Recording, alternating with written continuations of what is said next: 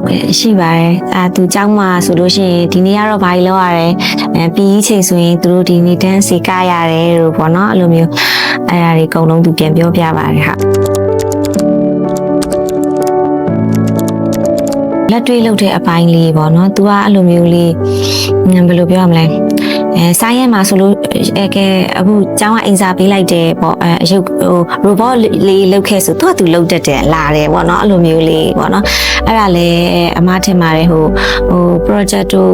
assignment တို့ဆိုရင်လက်တွေ့ကလေးပါတယ်ဆိုတော့လေအဲ့ဒီဟာလေးလုပ်ရင်းနဲ့ပဲကလေးတွေလုပ်တတ်လာတာပေါ့နော်သူတို့လည်းမြင်တာများတော့သူတို့ကိုယ်ပိုင်စိတ်ကူးလေးနဲ့လုပ်ကြည့်ချင်လာတာပေါ့နော်ဖန်တီးနိုင်စွမ်းလေးမြင်တတ်လာ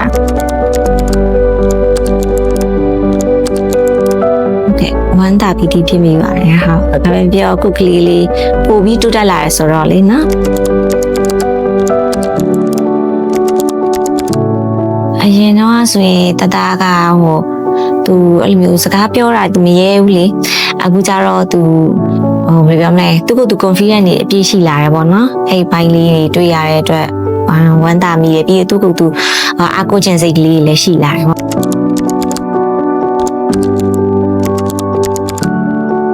တိုးတက်လာပါတနေ့တစ်နေ့ပို့ပြီးတော့တိုးတက်လာလဲမနေ့ကတည်းကဆိုင်ဒီနေ့ဆိုရင်ပိုတိတိတတာသူတို့ကွက်ကိုလှုပ်ချင်လာတယ်အဲ့လိုမျိုးစိတ်ကလေးတွေဖြစ်လာတယ်ပေါ့နော်အဲ့လိုမျိုးပြီးလို့ရှိရင်သူအမတ်ကလေးလည်းကောင်းလာတယ်ဆိုတော့လေဟုတ်သူတကြိုးစားခြင်းစိတ်လေးပိုဖြစ်တာပေါ့နော်အဲ့လိုမျိုးအရင်နေ့တွေတော့ဟိုအင်စာပါလားတားရေအင်စာပါလားအဲ့လိုမေးရတယ်ပေါ့နော်အခုဆိုရင်တော့သူအင်စာပါတယ်ဆိုမေးတာအင်စာပါတယ်ဒါအင်စာတွေလုံးဆရာရှိသေးတယ်ပေါ့နော်အဲ့လိုမျိုးတွေသူကသူပဲခုလောက်လာတယ်ပေါ့နော်စာတွေဆိုလဲဟုတ်အပိုင်းတွေတိုးတက်စေချင်သေးလဲဆိုတော့လေဟို science နဲ့ပတ်သက်တဲ့အပိုင်းတွေပြီးလို့ရှိရင်အခုကလည်းIT ခေတ်ဆိုတော့ IT ဘိုင်းတွေပို့ပြီးတော့ပေါ့နော်တိုးတက်စေချင်တာလေးကိုကလေးကိုလေးဟုတ်မမေအတွက်ကတော့ဟိုဘယ်လိုပြောမလဲကြိုက်တယ်သဘောကျတယ်ပေါ့နော်ဟိုဘာပြောအခုခေတ်ကလည်း IT ခေတ်ဆိုတော့လေအားလုံးသူတို့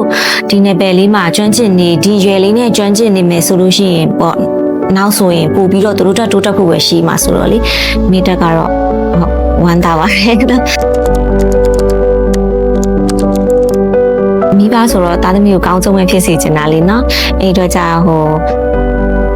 ကြီးလာတဲ့ခါကျလို့ရှိရင်လေဟိုလူတော်လူကောင်းလေးပေါ့နော်ဟုတ်ကဲ့